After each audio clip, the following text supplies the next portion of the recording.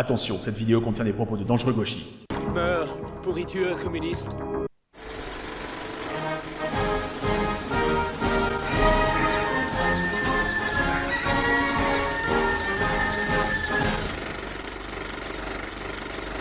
Aujourd'hui, ça y est, c'était un de mes désirs, comme de certains d'entre vous, on va parler d'un film de Claude Chabrol, un de nos plus fameux réalisateurs, décédé en 2010. Dans les années 50, il a fait partie des cahiers du cinéma dès la deuxième année d'existence de la revue, aux côtés de la génération des Rohmer, Truffaut, Godard, Rivette. Oui, c'est un réalisateur de la nouvelle vague. Un de ceux qui a participé à la défense de la politique des auteurs, qui en résumé disait que le réalisateur avait le statut d'auteur d'un film plus que tout autre intervenant. Admirateur de cinéastes comme Alfred Hitchcock, Jean Renoir ou Fritz Lang entre autres, oui on fait pire comme réalisateur, il commence par monter sa propre société de production en 1956 avec sa femme Agnès Booth, société avec laquelle il produira lui-même ses deux premiers films en 58 et 59, Le Beau Serge et Les Cousins, offrant à Jean-Claude Brialy certains de ses premiers grands rôles. Les deux hommes retravailleront plusieurs fois ensemble. Immédiatement, ces deux premiers films sont des succès, sa carrière est lancée. Et en plus de 60 ans de carrière, il a été très prolifique. Toujours désireux de tourner, ayant toujours des projets, il a réalisé de 58 à 2009 la bagatelle de 57 films, en comptant 3 où il a réalisé un segment de film à sketch. Mais également plus d'une vingtaine de téléfilms, des courts-métrages, metteur en scène de théâtre, et d'ailleurs oui, une salle de théâtre porte son nom à Angers, et acteur dans plus d'une trentaine de films, pourtant rarement dans les siens.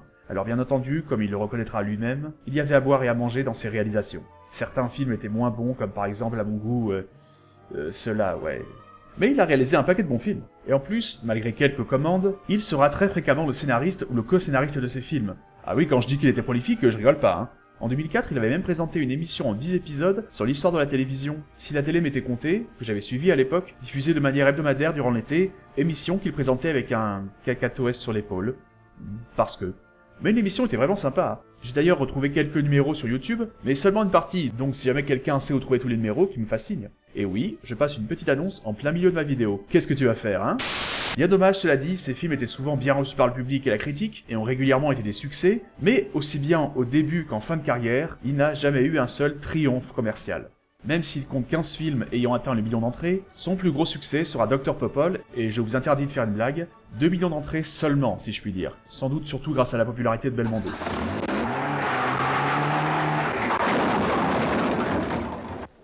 Bougre de saligo! Ça ne suffit pas d'emboutir ma belle-sœur pour ma bagnole! Mais... Ta gueule! Ta gueule! Ta gueule! Ta gueule!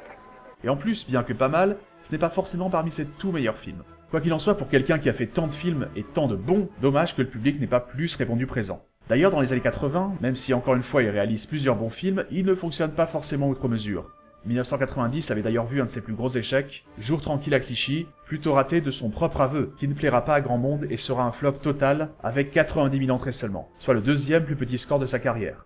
Mais Chabrol rebondit avec des succès comme Madame Bovary ou L'Enfer, et réalise le passionnant documentaire L'œil de Vichy.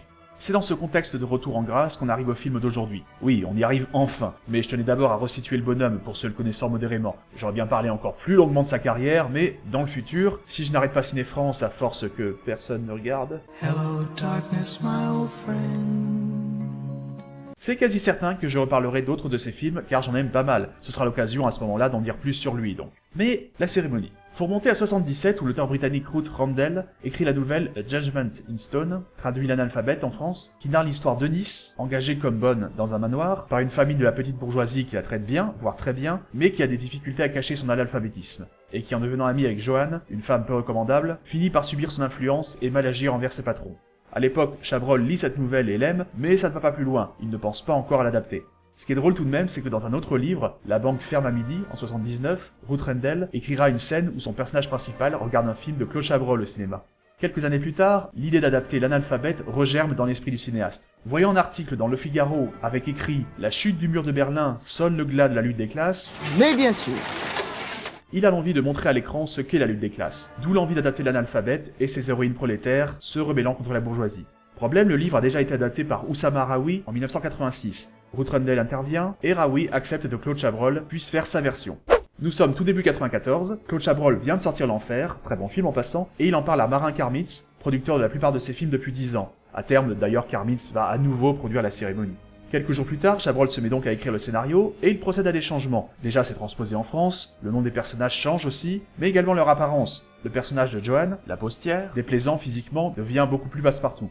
Pour avoir des dialogues plus réalistes, il demande l'aide d'une psychiatre, Caroline Eliachev, qu'il connaissait déjà, car primo, elle était la femme de Marin Karmitz, et deuxio, elle l'avait aidé pour le profil du rôle du mari terriblement jaloux dans l'enfer. Car la bonne, renommée Sophie, et la postière, Jeanne, souffrent chacune de pathologies qui nécessitent un certain degré de réalisme. Caroline Eliachev abattra un boulot considérable sur leur profil psychiatrique possible. Des dizaines de pages qui, selon Chabrol, l'aideront considérablement à rendre les deux femmes plus authentiques. Et il tiendra à créditer la psychiatre en tant que co-scénariste. Il termine le scénario fin mars 94, et au mois d'avril, il dîne avec Marin Karmitz et Isabelle Huppert. Il n'a jamais caché avoir pensé à Isabelle Huppert dès le départ, et chose pratique, elle avait déjà lu le livre de Ruth Rendell avant même de lire le scénario de Claude Chabrol. Ce dernier a une idée sur qui elle devrait jouer entre Sophie et Jeanne, mais il décide de la laisser choisir. Isabelle Huppert choisit sans hésiter Jeanne, la postière, et il se trouve que c'était le même désir qu'avec Claude Chabrol. Ah ouais, ça tombe bien. Je le disais, c'était déjà le cas avec Jean-Claude Brialy, Chabrol est quelqu'un qui aimait travailler avec les mêmes personnes. Mais Brialy, ayant tourné 5 fois pour Chabrol, l'a joué petit bras. Stéphane Audran, qui certes a été sa compagne et la mère de son fils Thomas Chabrol, ça aide, a été une vraie égérie, car elle a tourné 24 fois pour lui, sans compter quelques téléfilms. Elle ne joue pas dans la cérémonie par contre. Et si j'ai fait cet aparté, c'est que Isabelle Huppert, avant la cérémonie, avait déjà joué plusieurs fois pour Chabrol. Ah, Isabelle Huppert, une actrice qui fête ses 50 ans à l'écran, pour laquelle j'ai énormément d'admiration. Une excellente comédienne, même si j'en suis moins fan dans certains films, notamment dans Madame Bovary de Chabrol justement, mais force est de constater que l'écouter parler de cinéma c'est génial, et qu'en matière de choix de carrière, elle a fait preuve de beaucoup d'audace. Il suffit de voir par exemple le film Elle de Paul Verhoeven. D'ailleurs, elle croulait déjà sous les récompenses depuis les années 70, et Elle lui a même valu de remporter son 2e César déjà, mais aussi d'être repérée aux USA, où elle avait pourtant déjà tourné plusieurs fois. Mais cette fois, elle a été nommée aux Oscars en 2017 et a remporté un Golden Globe. Isabelle Huppert, Elle. Thank you for making me win in a French film directed by a Dutch director here in America. Oh my God. Thank you. Mais bref, son rôle constitue après Violette Nozière et Une affaire de femme, la fin d'une trilogie officieuse pour elle, sur des problèmes de femmes de la classe populaire. Elle choisit la postière pour son côté extraverti, après avoir joué des rôles plus sobres dans ses précédents films. Le soir de ce dîner avec Claude Chabrol, c'est également là que ce dernier dévoile le nouveau titre, passant de l'analphabète à la cérémonie, due à la fin du film dont on reparlera. Chabrol cherche maintenant Sophie, la bonne, et il pense à Anouk Grimberg, mais elle refuse. Son autre choix était Sandrine Bonner, une actrice aujourd'hui très expérimentée, mais qui déjà à l'époque, malgré un âge assez jeune, avait déjà une belle carrière, révélée par Maurice Pialat au début des années 80. Claude Chabrol lui avait déjà proposé un rôle dans 2 de ses films, Masque en 86 et Betty en 91, mais lorsqu'il lui a fait à nouveau la proposition en juin 94, même si elle est fière de constater qu'il a véritablement envie de la faire tourner, à lui proposer un rôle une nouvelle fois, Sandrine Bonner hésite, notamment car elle ne connaît pas Claude Chabrol aussi bien qu'Isabelle Huppert et craint d'être un peu mise à l'écart. Elle sera rassurée par le réalisateur, mais aussi par Isabelle Huppert qui était ravie de jouer avec elle. Elle finit par accepter et prépare son rôle en changeant de look, changement de coiffure, faux cils, moins de maquillage, tout pour rendre son visage plus dur et froid. Elle discute avec Caroline Eliachev pour être plus consciente de ce qu'est la vie des personnes analphabètes dans la société, et comme cela peut être vu comme une exclusion et une humiliation. Le tournage démarre finalement le 12 janvier 1995, l'équipe s'installe pour 7 semaines en Ille-et-Vilaine, dans le village de Saint-Coulon et alentour. Le budget est assez confortable, 40 millions de francs, soit environ 6 millions d'euros, en réalité plus si on considère l'inflation depuis. C'est une coproduction franco-allemande, pour la partie française on retrouve France 3, mais aussi MK2, une société qui a produit et distribué une masse de films depuis presque 50 ans. Si vous avez vu un minimum de films français, l'air de rien, vous avez dû voir leur logo au début de pas mal de films. Le tournage se déroule sans accroc, Claude Chabrol tournant avec du monde qu'il connaît bien, Isabelle Huppert, mais aussi Jean-Pierre Cassel, le père de Vincent, qu'il avait déjà dirigé 5 fois, et notamment pour son film précédent, L'Enfer. Puis il bosse en famille, sa femme Aurore et la script du film. Donc, le pitch du film, Sophie est engagée comme domestique chez la famille bourgeoise Le Lièvre, qui vit dans une baraque pas dégueu, faut le dire. Elle va loger dans une petite chambre chez les Le Lièvre, où elle aura, hors de son travail, comme principale occupation d'y regarder la télévision, y compris les minicums, bro! Nous sommes les minicums, on se surnomme Sacom. Ok, je l'aime beaucoup, c'est officiel. Elle est timide et discrète, notamment car elle a honte de son analphabétisme. Comme dans le livre, ses patrons la traitent plutôt bien, d'autant qu'elle fait son travail consciencieusement. Surtout leur fille aînée, Mélinda, jouée par une toute jeune Virginie Ledoyen, qui l'incarne avec une certaine fraîcheur. Son personnage est généreux, a beaucoup de respect pour Sophie, propose de l'aider pour certaines tâches, et trouve même que ses parents sont proches de l'exploiter. Moi, je suis soulagée. Je n'ai plus rien à faire. Je n'ai même pas à lui faire la conversation. Bah vous la laissez croupir, oui. C'est un être humain, pas un robot. Tu crois pas que tu exagères un peu? Bientôt, Sophie fait la connaissance de Jeanne, la postière du village d'à côté, une femme a priori peu recommandable et qui par anti-bourgeoisie déteste et jalouse les Le Lièvre. Salaud! Au point de lire leur courrier. Les deux femmes deviennent amies, mais ce n'est pas forcément bien vu par les Le Lièvre qui n'aiment pas Jeanne. Isabelle Huppert la joue très bavarde et spontanée, comme si elle n'avait aucun filtre, ce qui la rend souvent insolente et sans gêne. Elle aussi a changé un peu de look, enfin elle se rajeunira un peu pour le film, dans son accoutrement et sa coupe de cheveux. Elle n'hésite pas à critiquer auprès de Sophie, c'est... Sophie mange le reste. Pendant qu'il lui donne les vieilleries, il se garde la technologie moderne comme la belle télé où, oh, clin d'œil, il regarde Les Noces Rouges, un film d'un certain Claude Chabrol. Mais ils ont bonne conscience, car ils s'estiment tout de même, et c'est assez indéniable, ils le sont, plus généreux et prévenants que bien des patrons. Enfin après, je disais technologie moderne il y a 30 secondes, mais malgré leurs moyens, ils enregistrent encore la musique de leur télé sur magnétophone, hein, alors que les chaînes hi-fi stéréo avec CD, ça existait déjà depuis longtemps en 95. Mais bon, oui, les plus de 25 ans qui ont eu un magnétophone un jour, avouez, on l'a tous fait d'enregistrer la télé sur cassette. Hein. En même temps, 95, c'était une autre époque. Hein. Quand on demandait aux gens dans la rue s'ils allaient avoir un portable... Je crois pas que ce soit un produit qui sera très vendu pour les jeunes. Et en plus, il y a des cabines téléphoniques à tous les coins de rue. Alors, autant en profiter. Bref, j'ai encore digressé. Le fait est que, selon les mots de Chabrol lui-même, la famille Lelièvre vit dans le paraître et que chacun accomplit, à un moment donné, une action dégueulasse envers Sophie ou Jeanne, sans s'en apercevoir. Elle essaie de faire du bien en aidant la postière à réparer sa bagnole. C'est une cata, elle lui renvoie un mouchoir à travers la figure. J'ai les mains dégueulasses, vous voyez pas un chiffon? Si. J'ai un petit mouchoir.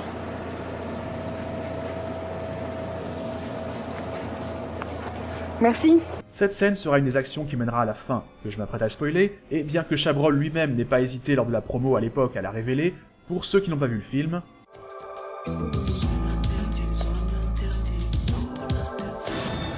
On comprend très vite en voyant le film qu'il ne peut pas bien se finir, mais la fin est encore plus brutale et terrible qu'on aurait pu le penser. Donc, Sophie finit par se faire licencier pour avoir fait chanter Mélinda, mais un des soirs suivants, Sophie et Jeanne entrent en douce chez les Lelièvre pour foutre le bazar, ce passage où elles s'en prennent à la garde-robe chic de madame n'étant évidemment pas anodin, avant que la colère ne prenne le pas et qu'elles entreprennent de les tuer.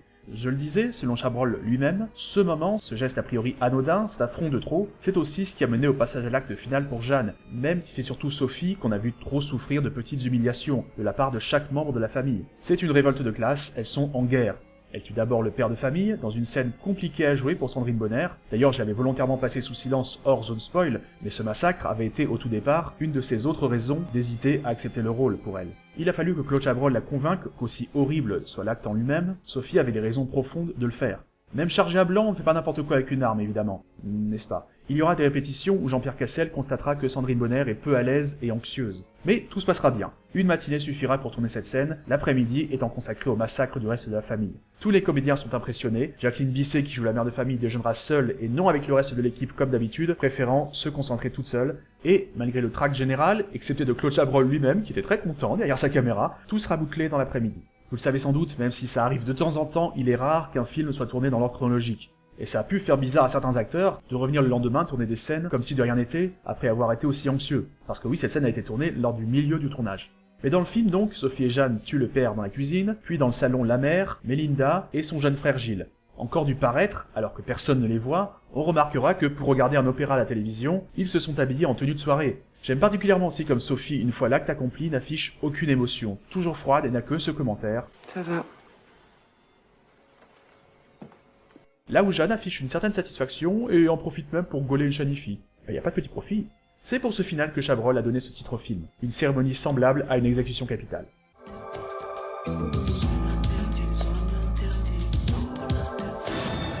Le tournage s'achève le 4 mars 1995 et le film bénéficie de près de 6 mois de post-production, et c'est Mathieu Chabrol qui s'occupera de la musique. La cérémonie sort le 30 août 1995, lançant la rentrée cinématographique avec un excellent film.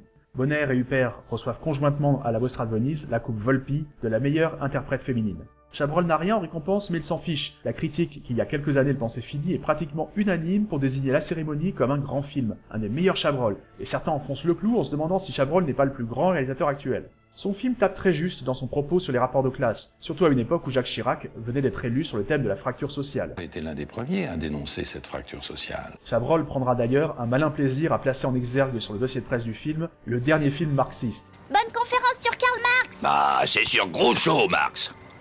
Oh zut. Au box-office, la cérémonie dépassera le 1 million d'entrées, ce qui depuis le milieu des années 70, avec quasiment un film tous les ans, n'était arrivé que 2 fois à Chabrol. Enfin, Ruth Rendell félicitera le réalisateur, c'est vraiment une satisfaction totale.